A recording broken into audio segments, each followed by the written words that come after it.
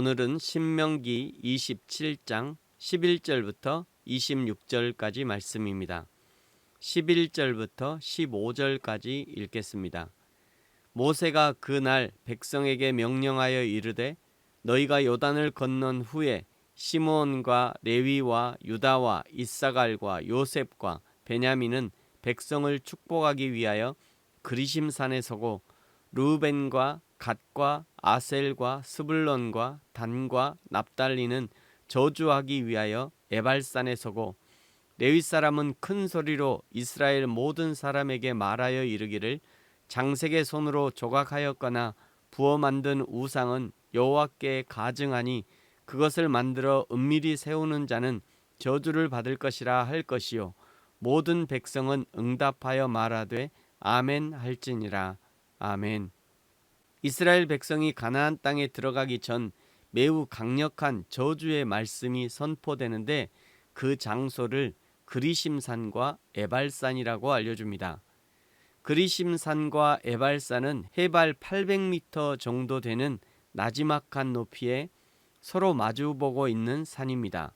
이 산이 축복과 저주를 선포하는 산으로 선정된 이유는 창세기 12장에서 아브라함이 고향과 친척과 아버지의 집을 떠나 가나안 땅으로 들어가서 처음 정착한 땅이 세겜 땅 모레라는 지역에 상수리 나무가 있는 곳이었습니다. 아마 거기가 그리심산과 에발산이었을 것으로 추정됩니다. 그 중에서도 지역적으로 그리심산에는 나무가 많이 있었고 에발산에는 나무가 거의 없는 지역이라서 나무가 풍성한 그리심산에서는 축복이 선포되고 상대적으로 나무가 없는 에발산에서는 저주가 선포된 것으로 추정합니다.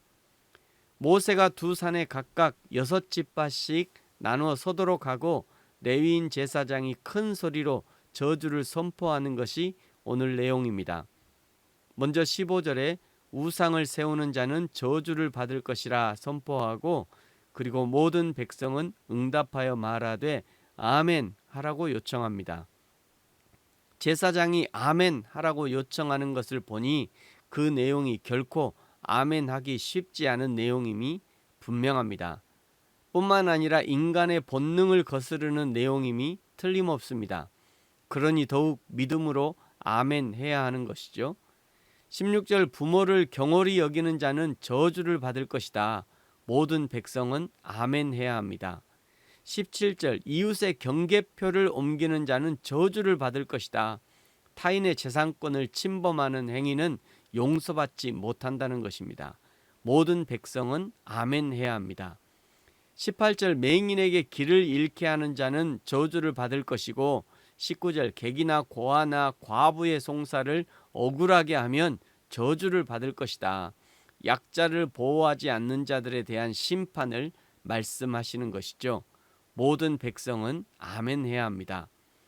20절 아버지의 아내와 동침하는 자, 21절 짐승과 교합하는 자, 22절 23절 근친상간의 죄를 범하는 자 저주를 받을 것이다 말씀합니다. 모든 백성은 아멘 해야 합니다. 24절 이웃을 암살하는 자 저주를 받을 것이다. 모든 백성은 아멘 해야 합니다. 25절 무죄한 자를 죽이려고 뇌물을 받는 자 청부살인자는 저주를 받을 것이다. 모든 백성은 아멘 해야 합니다. 26절 이 율법의 말씀을 실행하지 않는 자는 저주를 받을 것이다. 그리고 모든 백성은 아멘 해야 합니다. 27장의 하반절에서 특별히 저주를 선포하고 아멘 하라고 요청하는 것은 이 저주의 목록들을 보면서 이스라엘의 패역한 본성을 깨달으라는 의미가 포함되어 있습니다. 이스라엘이 하나님의 말씀에 매여 있지 않으면 언제든지 하나님의 말씀과 반대편에 있을 수 있는 것이 이스라엘 백성입니다. 하나님의 말씀에 붙들려 있지 않으면 어디에도 붙들려 있지 않는 것이 아니라 하나님의 말씀을 떠나는 순간 이미 사단 마귀의 손아귀에 있는 것입니다. 마태복음 12장에 더러운 귀신이 나갔지만 청소만 해놓고 여전히 주인을 모시지 않는 집에 이전보다 더 악한 귀신 7을 데리고 들어온 것을 기억해야 합니다. 이스라엘이 가나안 땅에 들어가면 그것으로 끝이 아니라 거기서 다시 여호와 하나님의 인도하심을 받고 순종함으로 하나님이 주인 되시는 가나안의 삶을 살아야 하는 것처럼 우리 심령을 새롭게 하는 것으로 만족해서는 안 됩니다. 청소했다면 새로운 주인 예수 그리스도를 영접하고 그 하나님의 성령이 우리 마음에 좌정하시고 인도하심에 순종할 수 있어야 합니다. 그래서 오늘 저주의 말씀을 선포하시지만 그 말씀에 아멘 하라고 요청하는 것이고, 너희들은 절대 하나님이 저주하시는 그런 일이 없도록 하라는 하나님의 강력한 명령인 것입니다. 사랑하는 성도 여러분, 저와 여러분은 하나님이 저주하시는 우상 숭배가 없어야 합니다. 부모를 경홀히 여기는 일이 없어야 합니다. 이웃을 탐하는 일이 없어야 합니다. 약자를 괴롭히는 일이 없어야 합니다. 성적인 범죄를 저지르는 일이 없어야 합니다. 예수님은 형제를 향해서 바보라고 하는 것도 살인죄라 하셨는데 형제의 인격을 무시하는 일도 없어야 합니다.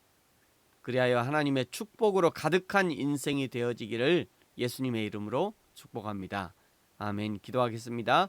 하나님 아버지 감사합니다. 하나님이 저주를 선포하시고 그 말씀에 아멘 하라는 것은 너희들은 절대 저주받을 일이 없도록 하라는 하나님의 강력한 메시지임을 기억합니다.